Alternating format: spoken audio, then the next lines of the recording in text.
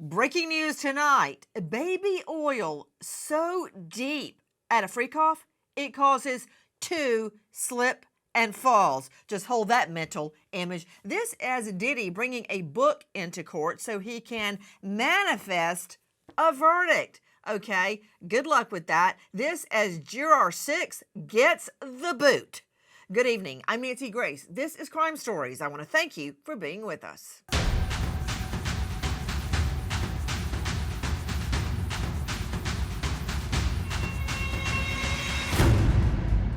He abused everybody on every level. A lot of them have never come forward. They'd rather just disappear, forget about it. They're too scared. Diddy was menacing, threatening, intimidating. She talked about how he was violent, he was threatening. They are terrified of him. Oh my God, that is absolutely inhumane, inexcusable treatment of another human being.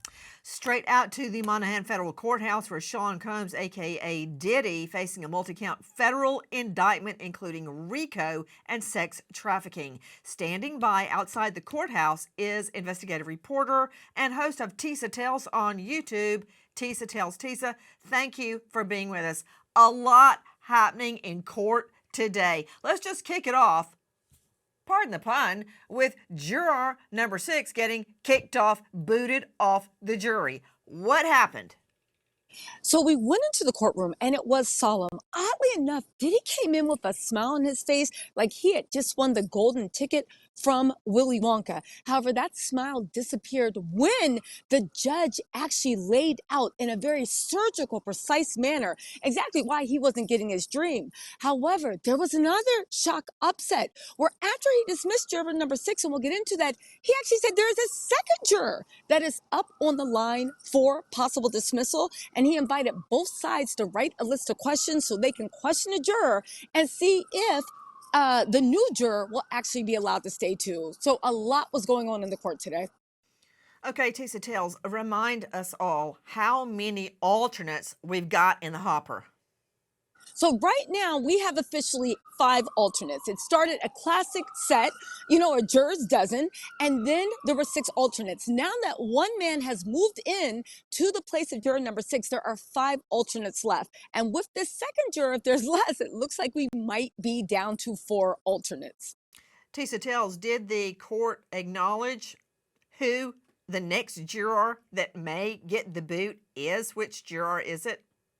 So the court didn't give any identifying information except for the fact, and this goes into the judge giving such a hard line. As you saw the judge laying out, Diddy's face just looked like a very, very bad day. Shoulders started falling. He started looking angrily at his lawyers. All the judge did say is that this juror in question actually approached the court and said, hey, I don't know what's going on. Just wanted to be candid with you. That seems to be the magic word of the hour. I want to be candid with you.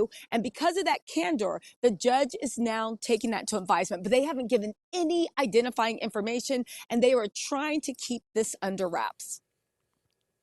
Okay, let me understand what you just said. Tissa Tails joining us outside the Monaghan Federal Courthouse.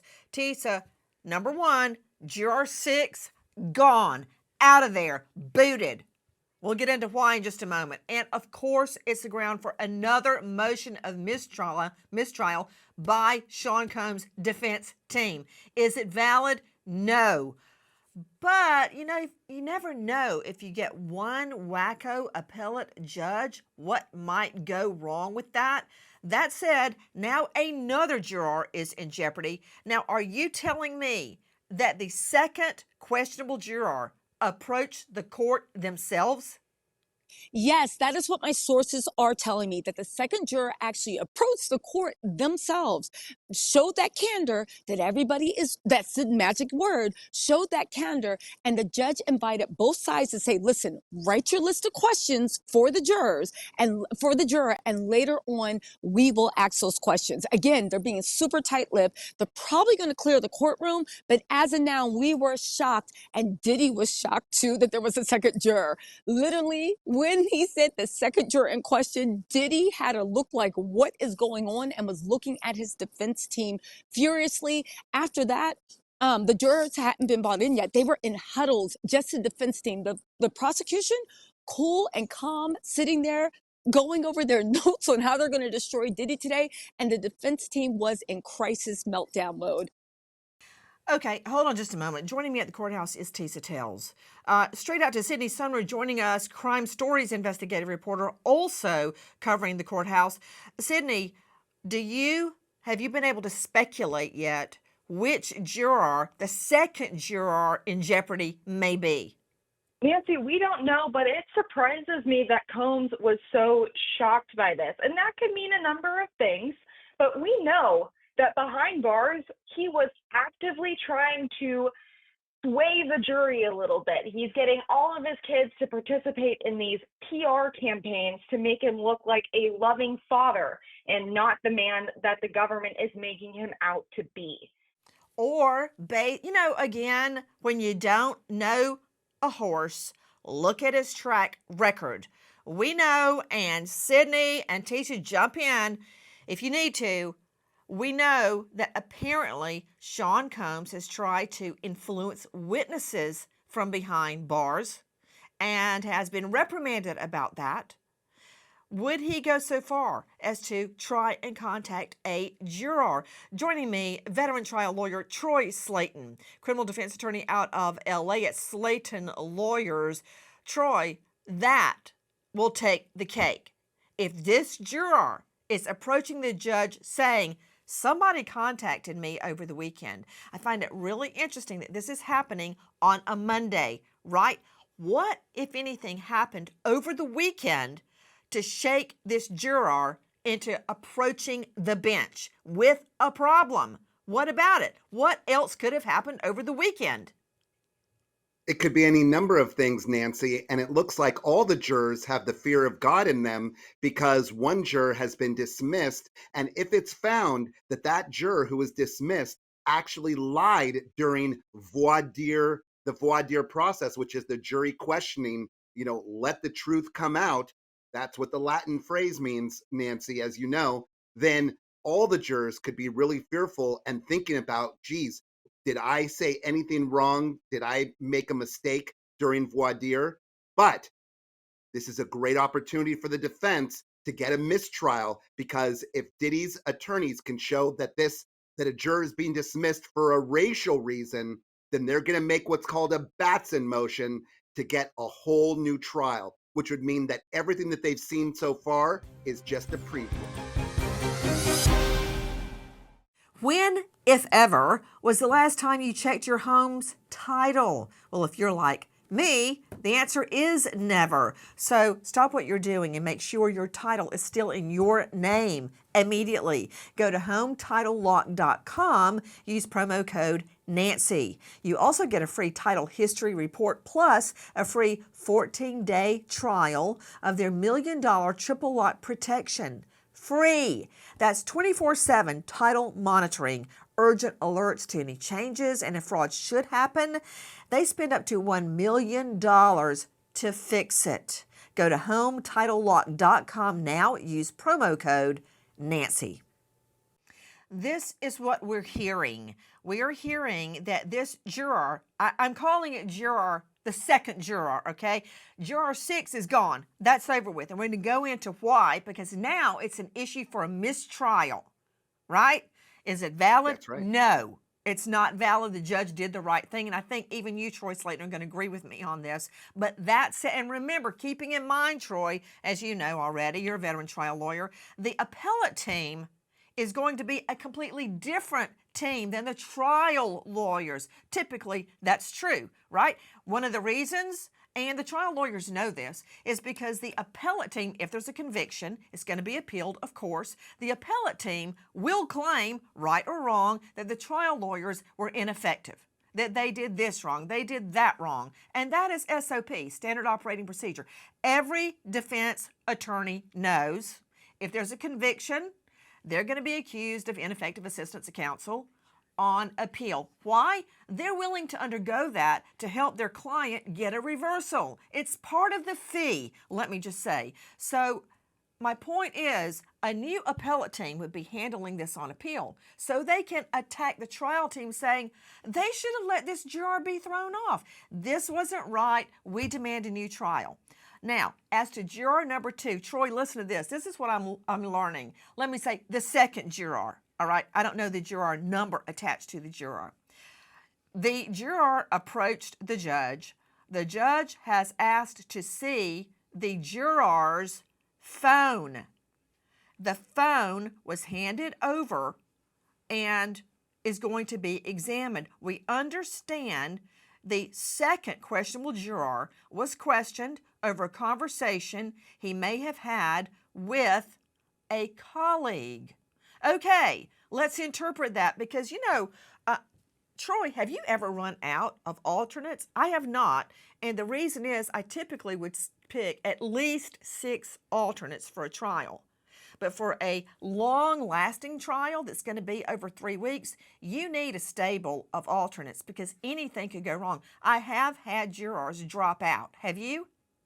I've had jurors drop out. I've had jurors get kicked out. I've had jurors get sick, but I've never run out of jurors. We've gone down to 0 alternates before in a jury trial, but I've never had a mistrial because of a lack of jurors. But it can happen. But I know that Diddy's It can attorneys happen. I've are had going to jurors say, on a couple of cases get off because 1, a husband had a heart attack. She had to go. 2, another juror was having chest pains.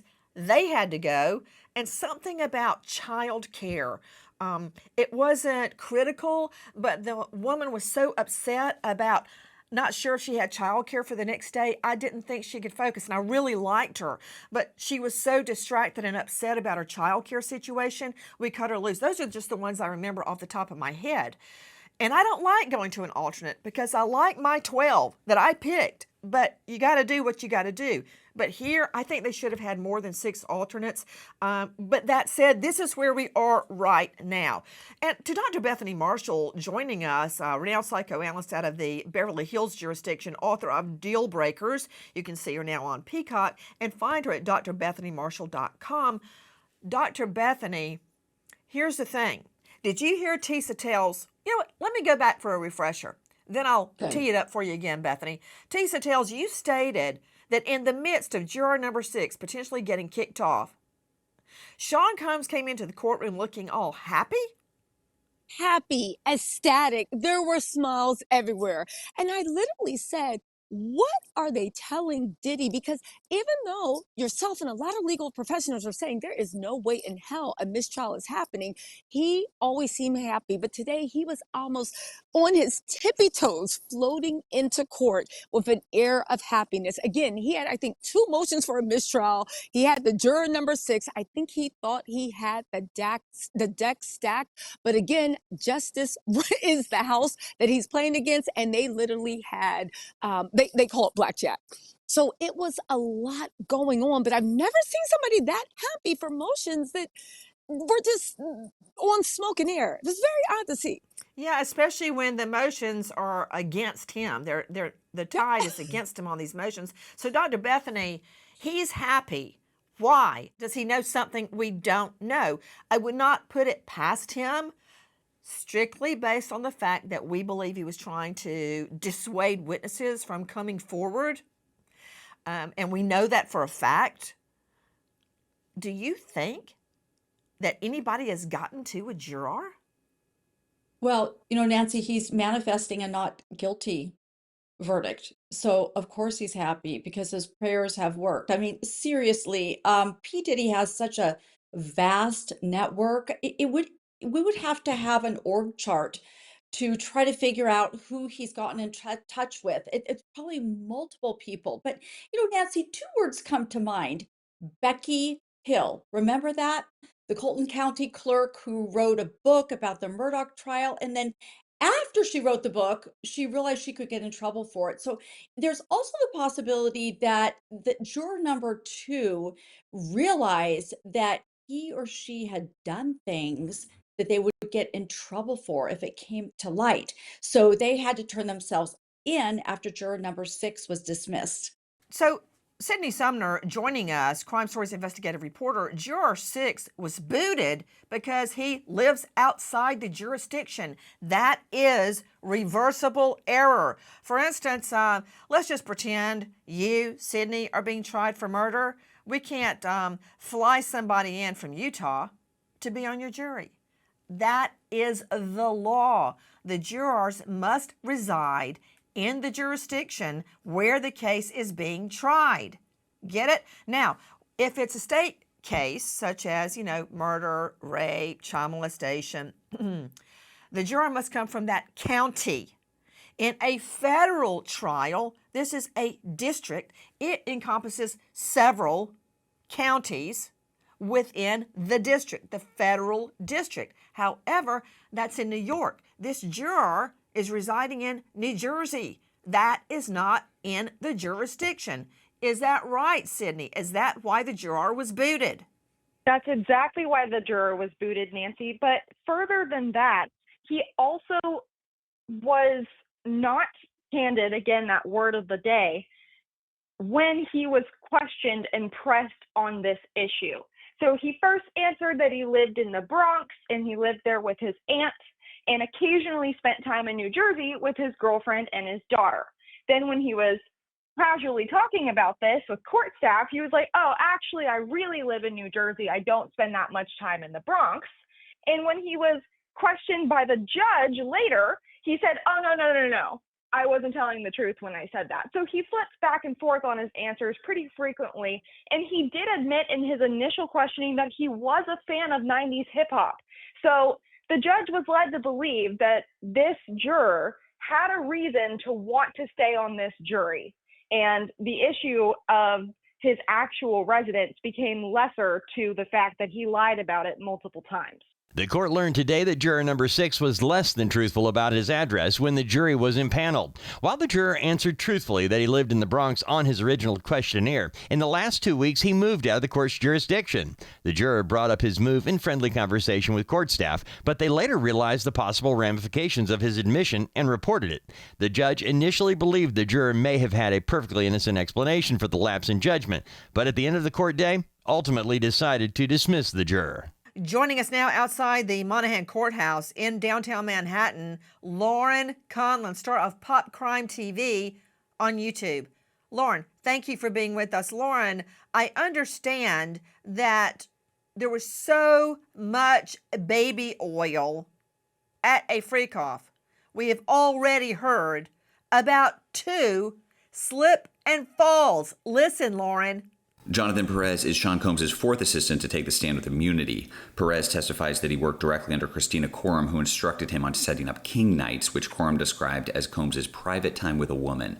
Perez says the task was usually left to the night staff, and he only set up for about 5 of these nights. Perez even had to purchase lingerie for Jane for the king nights. Perez says he cleaned up the messy rooms afterward, and they were often covered in oil. Replying to Coram about how a cleanup was going, Perez texted, "Slipped and fell twice already." Perez says Combs also sent him to pick up drugs.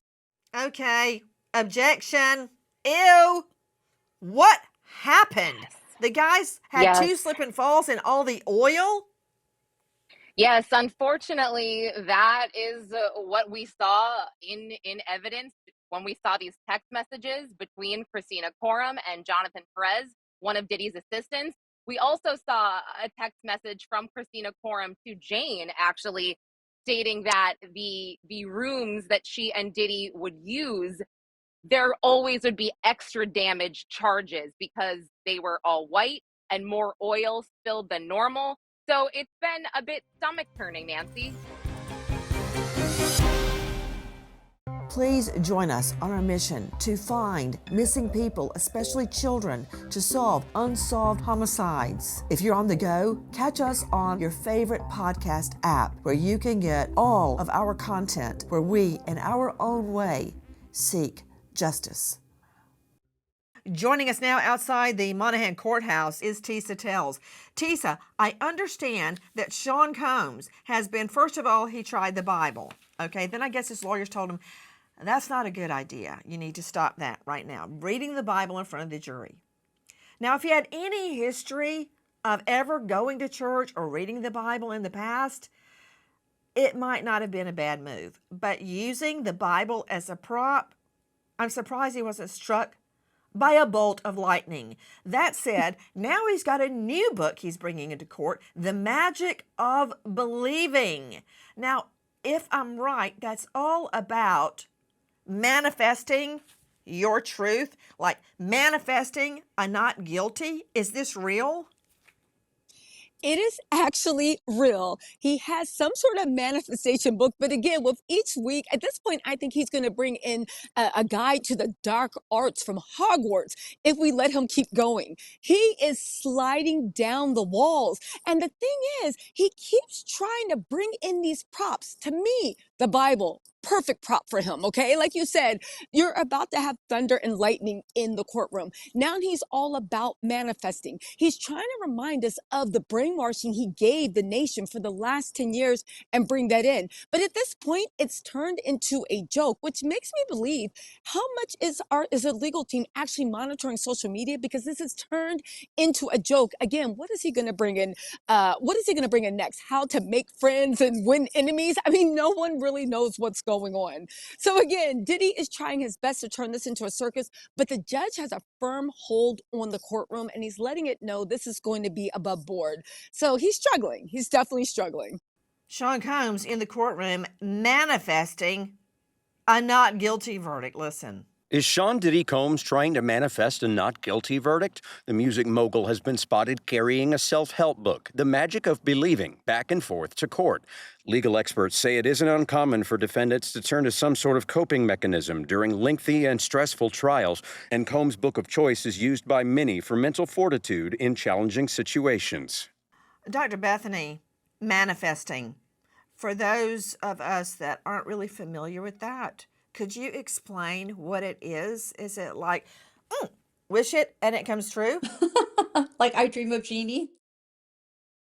Manifesting is this idea that if you form a thought in your mind, you can materialize it in the environment.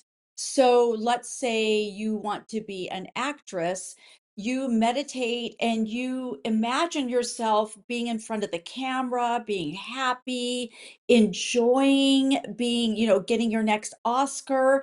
And that if you can sum it up enough feelings about that event, then you can rearrange sort of what's going on in the environment to make that event happen. I mean, whether or not this is true, okay? So P. Diddy controls Did his you actually victims. just Okay, say whether or not this is true? okay, whether I Did just you say, say okay, that? Because I think you yes, did. Whether it's yes, I not did. true. How about Okay. going to school and getting a job to advance your goal? What are you? Okay, Please tell I me have you to don't say two tell your things. clients to Okay, manifest. so Nancy, Sit there the and wish title it and it will happen.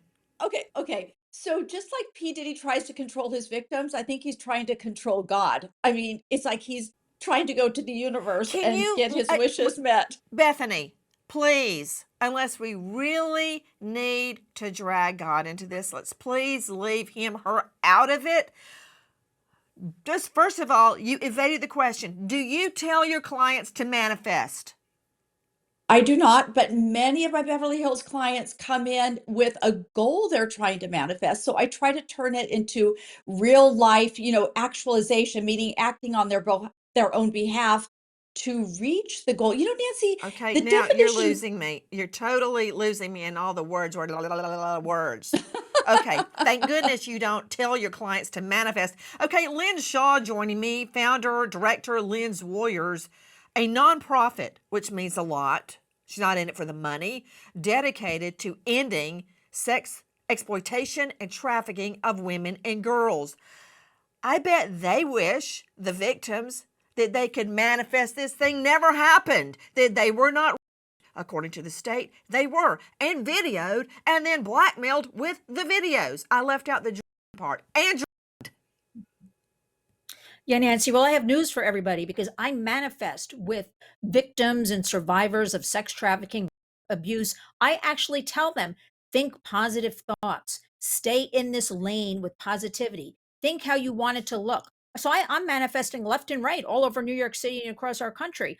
You know what? We're losing sight of while all this is going on, and it's very important what's happening week 6. But you know what? We're not talking about alleged victims, alleged survivors of this smug thug, triple D, dirty Diddy degenerate running amok in my hometown for years. It's very concerning when we hear from Tissa, that he comes in so positive into the courtroom and all of this attention is being put on that. What does he know? Because I'll tell you what, he, for decades in New York City, has been getting away with everything. It's very concerning to me that this is happening. What about, we're not talking at all about these alleged victims, survivors. Where are more of them? I want to see more of them on the stand. There's lots of people complicit here. Why aren't we hearing from them? So it remains to be seen. But I leave you with this. Yes, with anybody who's been attacked or is down in the dumps, is depressed, is even suicidal, I actually tell them, manifest positive thoughts, stay positive, stay a warrior. And I use that technique all the time. And you know what? They get back to me. It seems to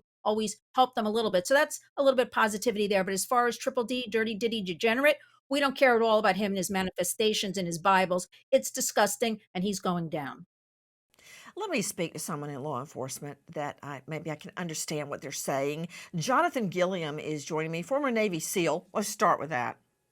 FBI Special Agent, Federal Air Marshal and Police Officer, author of Sheep No More, The Art of Awareness and Attack Survival, star of the Experts podcast, Jonathan Gilliam. Jonathan, I threw that question to Lynn Shaw and I got an answer, but it was an evasive answer, Jonathan, because I asked about Sean Combs manifesting a not guilty verdict, and she responded that she has crime victims manifest positivity. Now, manifesting positivity, that's stay positive. I'm all for that. I'm all for expecting the best outcome, absolutely expecting it and trying to make it happen, work to make it happen, but be prepared if it doesn't happen. Having a positive attitude is very different from manifesting a jury verdict or manifesting, conjuring up anything. The world doesn't work that way. Jonathan Gilliam, it boils down to, do the jurors believe the state's witnesses?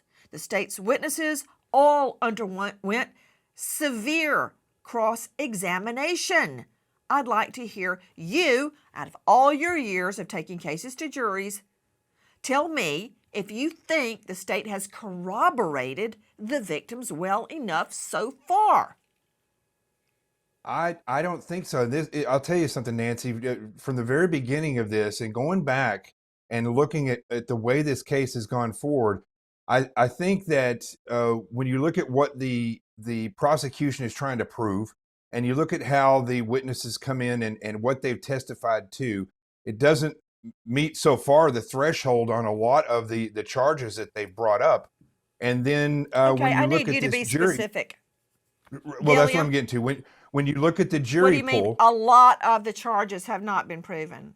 well, racketeering, for instance, so far we've not seen really any evidence of racketeering beyond Sean Diddy Combs himself running a very hostile work environment and engaging with prostitutes. Oh, okay. Hold on. Jonathan, have you been covering the testimony? Because we now have the fourth assistant be given immunity for completing illegal acts at the behest of Sean Combs.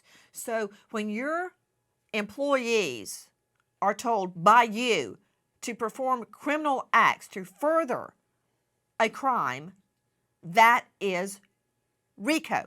4 witnesses so far given immunity. 1 obtained illegal drugs. 1 went with a gun to hunt down Suge Knight for a proposed attack on Knight. Others had transportation plans to bring in sex workers for an illegal act. Another accountant described sending an extortion email. And there's much, much more. A bodyguard went and physically dragged Cassie Ventura back for a freak-off. A bribe was conducted at the behest of Sean Combs. Those are crimes, and they further a criminal act. So explain to me how that is not racketeering.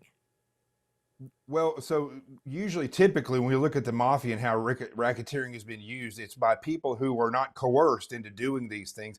And from what we've seen, the underlying motivation of most of these people is that they were coerced. They had pressure on them. They thought they would be ruined or fired.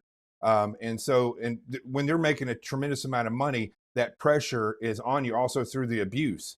So I'm not saying that the reason I even brought that up was because when you hear the term manifestation, that this is going on, and that continuously gets pushed out with these other things that you see in the media, now you start to see as an investigator, not an attorney, as an investigator, I start looking at this, and when these jurors start having issues, I now start asking the question of, was there a game being played at the beginning of this to get jurors in there that may or may not have an issue? Okay, see, you're making, let me just say, a stinky potpourri, because you have now thrown in a lot of issues to some point.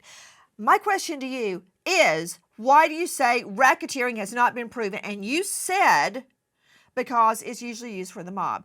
You are familiar, I assume, with the Rampart. R, Robert, A, Alpha, M, Mother, P, Pony, A, Alpha, R, Robert, T, Toy. Rampart scandal, where the LAPD were prosecuted for RICO, for widespread corruption, because the head had the minions carry it out.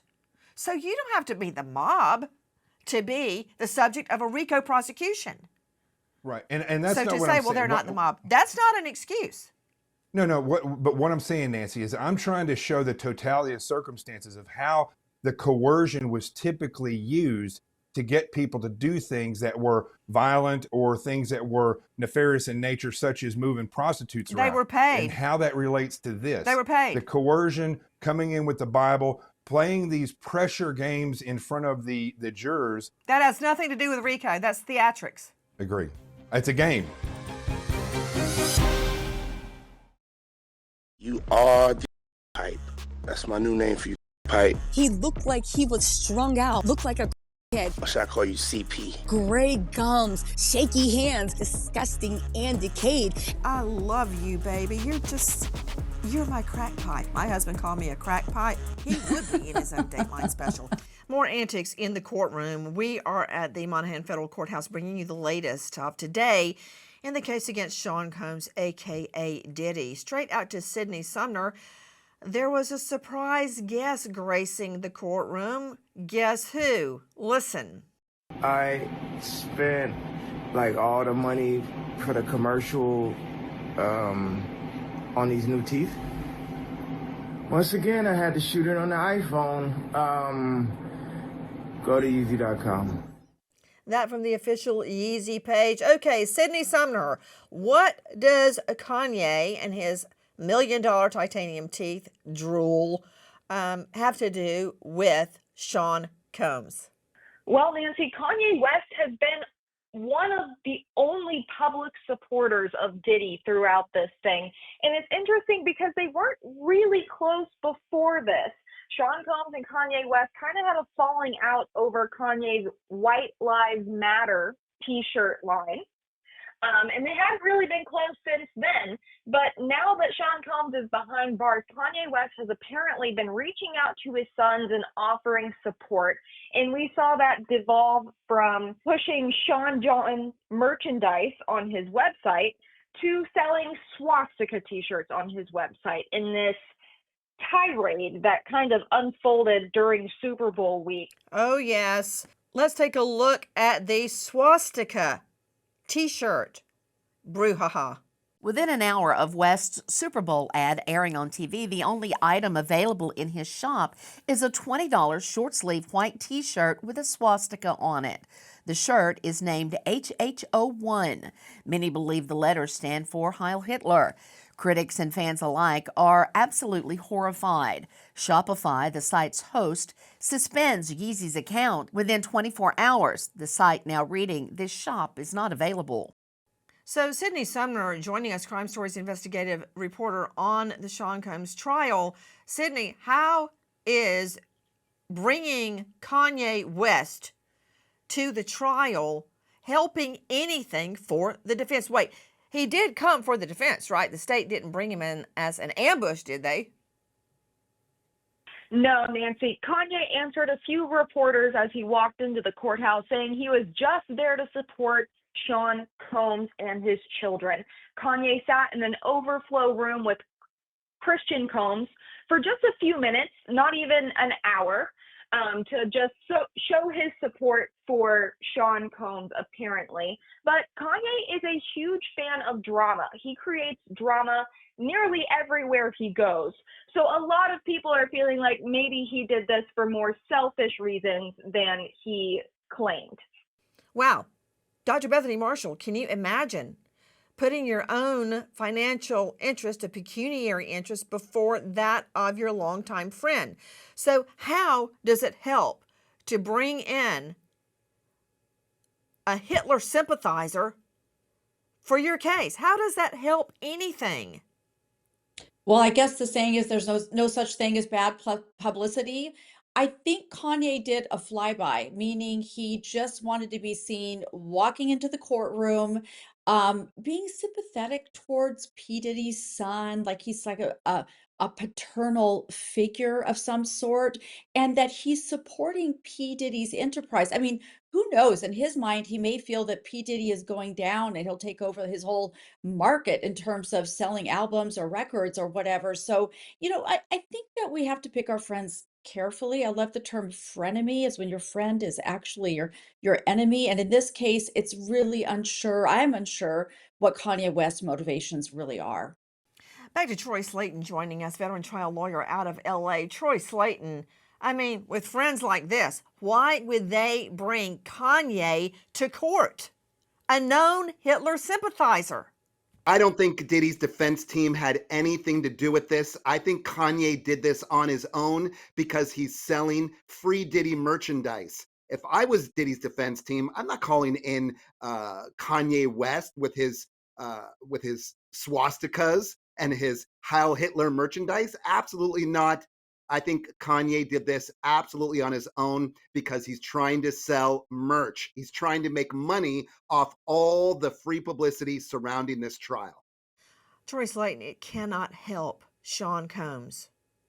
Not that I want him to be helped, but it can't help Sean Combs for Kanye to show up. I don't know if the jurors even realized what was happening, but it's done now. Can I ask you very quickly, Troy Sllayton, I want to circle back to the chaos in the courtroom surrounding juror number 6, okay? And will that be reversible error if there's a conviction?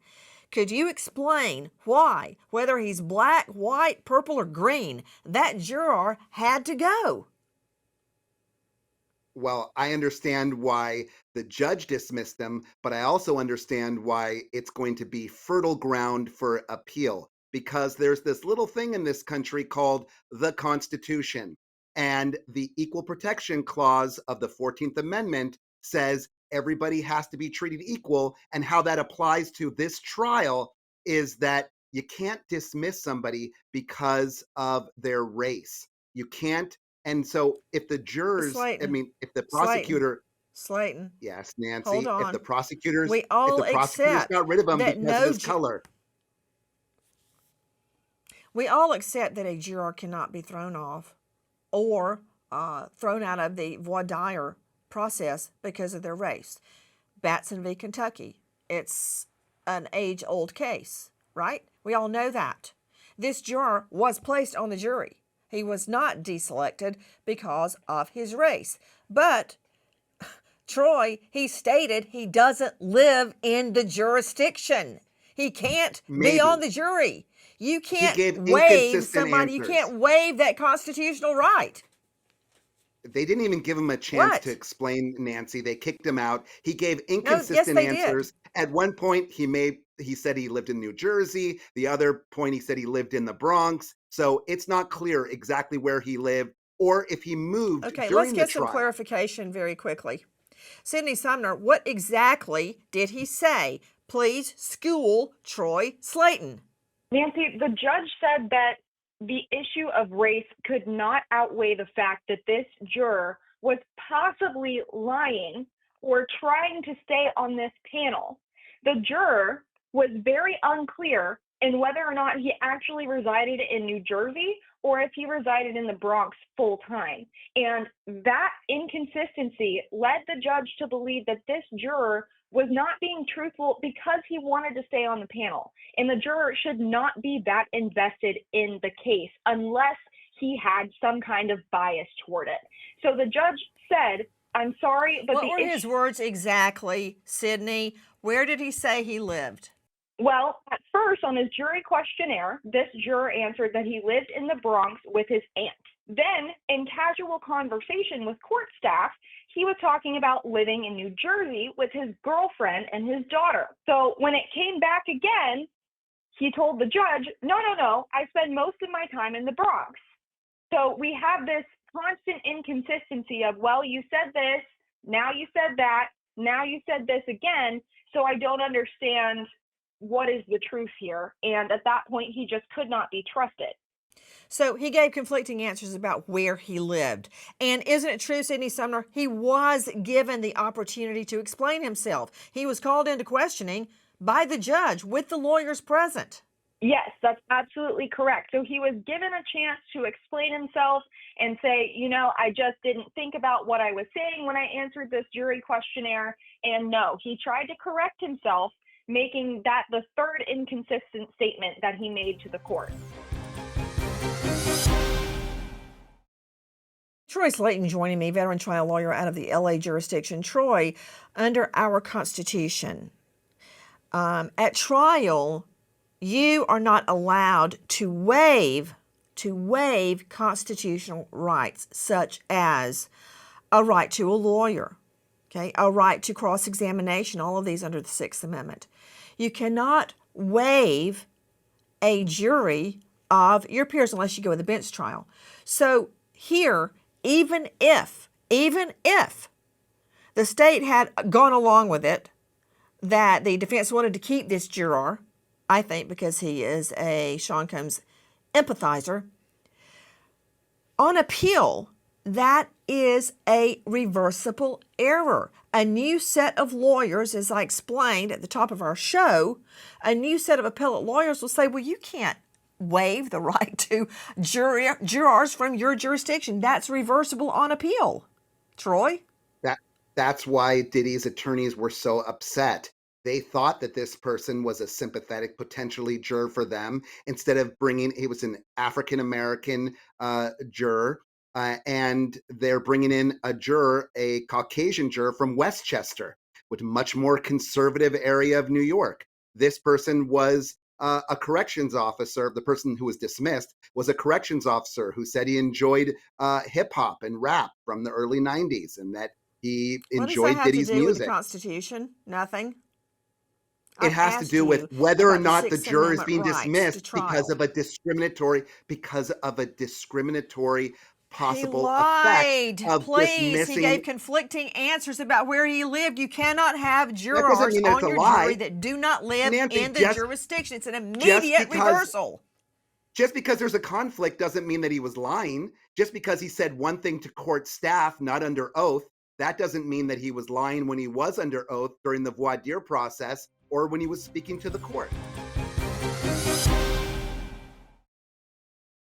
We remember an American hero, Trooper Frankie Williams, New Jersey State Police, just 31, killed in the line of duty, survived by grieving wife Kimberly and parents Victoria and Robert. American hero, Trooper Frankie Williams. Thank you to our guests for being with us, but especially to you. Nancy Grace signing off. I'll see you tomorrow night, 6 and 9 o'clock sharp Eastern. And until then, good night, friend.